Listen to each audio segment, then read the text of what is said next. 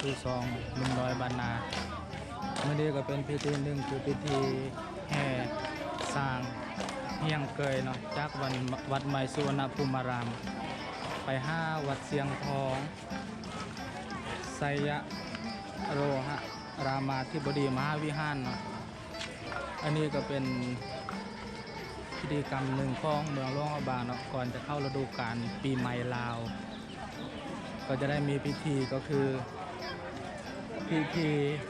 แห่สร้างเฮียงเกยเนาะจากห้างเมืองไปหัวเมืองเนาะก็คือแห่พญาสร้างเพือกเนาะ